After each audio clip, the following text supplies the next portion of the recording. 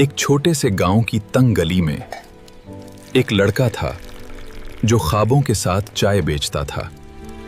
उसकी आंखों में गुर्बत नहीं, एक बड़े मुस्तकबिल की चमक थी।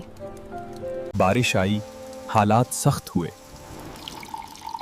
मगर उसने हार नहीं मानी। उसके ख्वाब उसे एक ऐसी दुनिया में ले जाते थे जहां वो बादशाह था। बेटा, मेहनत कभी जाया नहीं जाती, बस वक्त चाहिए होता है। दिन में मेहनत, रात में इल्म, यही उसकी जिंदगी थी। फिर एक दिन उसने अपने गांव को पीछे छोड़ दिया। Congratulations on the grand opening. The atmosphere here is fantastic. We wish you all the best. अब इसकी चाय सिर्फ गली में नहीं, पूरे शहर में मशहूर थी।